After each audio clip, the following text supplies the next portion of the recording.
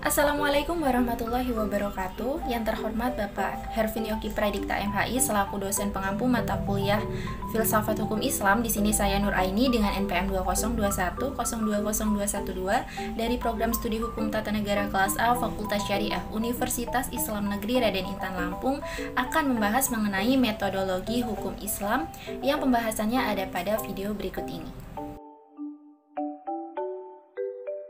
Objek dan subjek hukum Islam. Hukum dalam konsep ilmu ushul fikih dibagi dua macam, yaitu hukum taklifi dan hukum wad'i. Secara terminologi, hukum adalah kitab Allah yang berhubungan dengan perbuatan mukallaf dalam bentuk al-iqtida, at-takhyir, dan al-wad'i. Yang dimaksud dengan kitab adalah firman Allah yang berupa perintah-perintah atau larangan-larangan. Juhaya S. Praja menyebut kitab sebagai al-muhtabih, yakni produk dari kitab yang berupa perbuatan hukum. Juhaya S. Praja juga mengatakan bahwa yang dimaksud dengan al-iqtiqa atau imperatif ialah tuntutan untuk melakukan suatu perbuatan atau tidak untuk melakukan suatu perbuatan.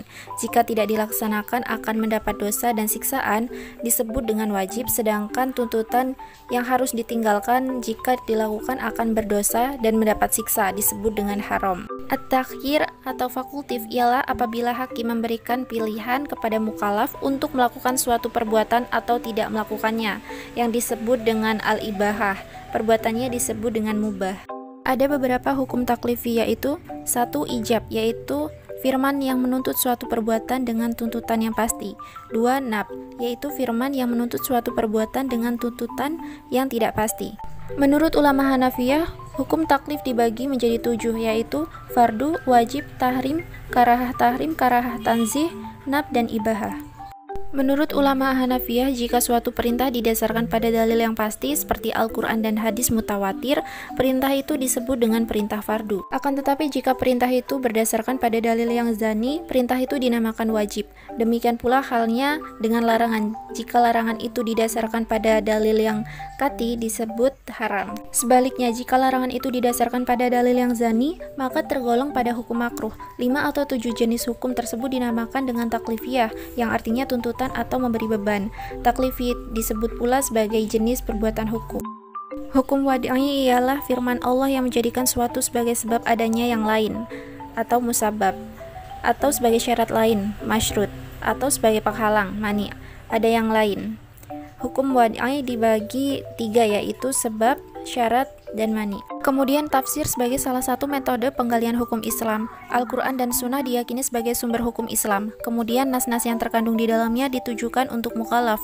Maka untuk mempermudah melaksanakan hukum yang dimaksud, upaya ulama di bidang usul fikih dan di bidang fikih mulai menggunakan pendekatan rasio dalam menggali makna dan maksud yang dikandung oleh kedua sumber hukum tersebut.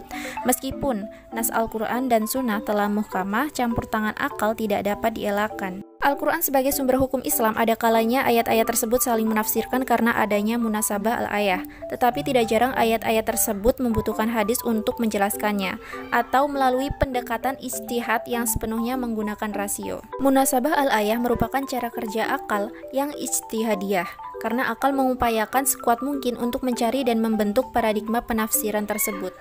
Kemudian ijtihad sebagai metode penggalian hukum Islam.